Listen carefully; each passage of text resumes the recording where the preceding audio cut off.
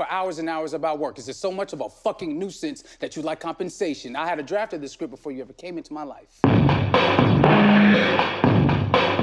So one of the things that I feel like I've actually been slacking on in these last couple of years has been putting out original videos, original content, original stories. But this year, we changed that. So for my first original video of the year, I wanted to tell the story of my wife, Elle, and more specifically, I wanted to tell her weight loss story. Two things happened. Christmas happened, and I think right around Christmas is when I went shopping to get new clothes, and I couldn't fit into any of the normal sizes that I wore. So this is something that she's actually been struggling with since the birth of our daughter 2 years ago. So I felt like it was important to document this journey, since this was something that was very important to her and that was something that she was dealing with. So I'm not gonna lie to you, I was very proud of how this video came about. So in this video, I just wanna share some of the behind the scenes of making this documentary, which there really weren't a lot of behind the scenes, but I just wanna be able to break down some of the moments from this video that I love and that really stood out, as well as the inspiration behind this, the story that we want to tell, some of the aesthetic choices, and all of that in between. I'm Rashad, I'm 38. And I'm building a multi-million-dollar content agency. So first, let's get into why I decided to do it. So for my why, as I said in previous videos, I wanted to get back to creating, not for a check, but for a passion. In regards to creating content, 9 times out of 10, if I pick up a camera, it's because somebody was actually paying me to do it. From clients to family members to whoever the case may be, it was people paying me to actually create. And for years, that felt pretty good. But then I realized that I wasn't creating what I wanted to create. I was creating what people paid me to create. And that was normally completely different than what I really wanted to do. Over the last couple of years, I've worked on so many dope projects that started out very dope. But then once a client actually got down into the weeds and they started wanting to change things, and they changed things in a way that I wouldn't have done. That's stupid. Use your common sense. And so it kind of took me out of the process of being passionate about this particular project, because now the project has shifted to what the client wants, which if they're paying me, then of course they should have their video how they want it. Everybody's got a price. But during that process, as the creator, it just takes me out of it because my heart really wasn't in it. Troy, what's wrong? I don't know, my heart's just not in it. a version of the same story, a version of the same project that I wouldn't have done. And it looks completely different than something that I would have normally created. So when you go through that a couple of times, it kind of puts a sour taste in your mouth. Your face looked like it tasted something sour. As far as creating content. So my thought is, if I'm able to work on my own projects, if I'm able to finance my own projects, if I'm able to just put out commercial spec ads, then I can do it exactly how I want to with my own perspective, my own thoughts, my own design elements. Then that will reignite my passion for creating, and that will lead me to be a better creator. And so if you don't know or not, creative control is a big thing for me. Like I try to keep that element in all of my businesses, no matter what it is that I'm doing. So even though this is my wife's story, I have full creative control on how this project looks, feels, music selection, and pretty much everything in between. So that is my why on why I decided to do this project. So those pants didn't fit? No. So now let's get into the inspo for this video. For me, I've always loved a good black and white video. Like it's something about it that just really stands out, and it really just makes me feel like I'm watching cinema instead of watching a video. And there was even a couple of months ago where I tried to make every video that I put out on my social media to be black and white, but that didn't really last that long. But it's very rare that I get to shoot things in black and white. Most people want colorful, they want bright, they want vibrant. And sometimes that's just not me. That's not who I am. Sometimes I like dark, moody, cinematic. So one of the videos that I actually used as inspo for this was the Netflix movie Malcolm and Marie that came out during COVID. I'm not on them anymore. I've only seen this movie once, but watching it made me really love the black and white style. It was very cinematic. It was very, even though it was a great movie, just the look of it really stood out to me. So for this documentary, I shot everything in monochrome.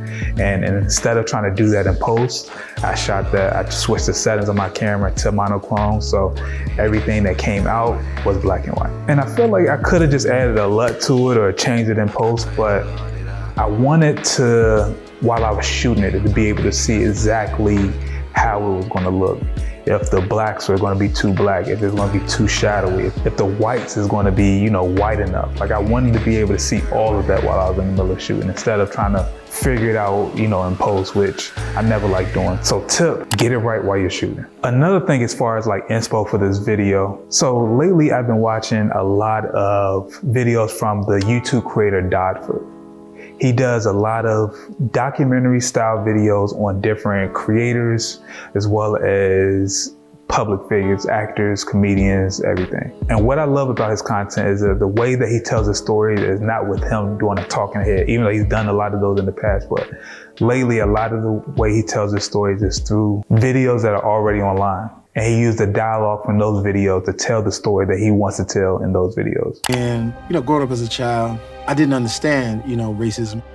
I used to ask my grandfather, why are they so mad at me because of the color of my skin? It's very incredible and it looks awesome. So even if something as small as using a stock TV set and being able to put internet footage into that stock TV set, gives it a certain look and feel. And so that is what I actually did for this one particular clip that was in this documentary. 330 pounds. Let's take a look at the new Brittany May. Come on out. So if you see more of this style of video from me going forward, then you already know where I bit it off of. That was all of like watching Dodford films. So don't judge me if I have a whole bunch of TV set footage from here on out.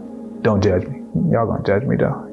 Y'all be judging. I be seeing the comments, y'all be judging. So next, let's get into the story and what I actually used to shoot this video. So for the story, I tried to map it out as much as I could, but that is somewhat hard when you're actually doing documentary work. Documentaries are meant to be erratic and unpredictable. But this is where I use my Creator Ultra Notion template that I have. That's gonna be coming out very soon, so watch out for that. To map out the flow of the video as much as I could. And really, I was just able to map out the scenes as well as the beats or the flow of the video. My wife was actually weighing herself once a week, so I knew that, over the course of me creating this, I was gonna have those beats of the film, or that flow of the film. And each one of those sessions came with a different emotion. So I knew from jump that this film was going to include those. Also, I knew that there were going to be certain scenes for this video that were going to help me tell the story and get that emotion out, such as her getting a box of food, how she incorporated this food into her busy life that she has already, the struggles of this journey, and the joy of finally hitting that goal. I knew from the beginning that I wanted these emotions or moments to be in the story, so I could already go ahead and map it out from the beginning. And to be honest, even though I could have written all this stuff out, having this Creator Ultra template just really helped me bring everything to life. And it allowed me to keep everything together in one space instead of having stuff, in text messages, stuff in the notes on my phone, stuff on a Word document. I had everything right there, from the music that I was going to use to the scenes that I wanted to have, to the shot list, to the questions that I asked my wife as far as in the interview portion of it. Like I had everything right there that I needed. And so I'm gonna actually share this with you guys probably in the next couple of weeks, so you guys can actually use this for your productions, because it's definitely a lifesaver. And lastly, let's get to sound. So this was the absolute last piece of the puzzle for me. Having sound was very important because I wanted to be able to tell a story, and I didn't want to use music from Epidemic Sound or any of those other sites like that, because I wanted the music to actually have lyrics to them. I didn't want to just use instrumentals, and I wanted to use songs that people knew and people gravitated towards, and that could kind of help tell the story or help move the story forward. And so I already knew that I was going to get strikes from YouTube for using this music, which I didn't care. I ain't monetized anyway, so it didn't matter. But I wanted to tell the story in a super authentic way. And so I reached out to my cousin Caitlin, who I actually just shot a wedding. You might have seen a lot of this content from on my social media pages where we actually shot and documented her wedding. So I reached out to her, but she has an excellent ear for music. And then she just found me four or five songs that actually fit perfectly with what I wanted to do for this film. I sent her the film over with no music. It was just the the visuals as well as the talking parts. And then she just filled it in with songs that she felt like would really bring this story to life. So this is a question for you, because I definitely plan on doing more videos like this. But if you guys know a site, a company that will allow me to put commercial music inside of my videos and I won't get a YouTube strike. I've seen a couple people do it, but I'm not sure if they're getting, you know, strikes on their YouTube channel. But if you guys know a channel that I can actually use for that, please share it with me, because I want to do more of these videos with not original music, but with commercial music. I don't want these videos to blow up and then I don't make anything from it. So if you got anything, leave it in the comments. I definitely would appreciate that. That I was going to be overweight. So that's always been embedded in my mind to not be that. So to end this out, this is my breakdown for the video, my passion project, the documentary, the film that I did for my wife, The Wait Is Over. I thoroughly enjoyed this process. I loved working on it. Definitely plan on doing more of these. I don't know if there'll be documentaries, but just anything that I can kind of do that I can kind of put some more passion into it, that can tell a story. Those are the things that I want to do, and those are the things I'll continue to do. So if you enjoyed this video, if you enjoyed what I had to offer in this passion project, please consider subscribing to the channel. Please consider liking, subscribing, doing all the things for me. I would definitely appreciate it. And so once again, I'm Rashad, I'm 38, and I'm building a multi-million-dollar content agency.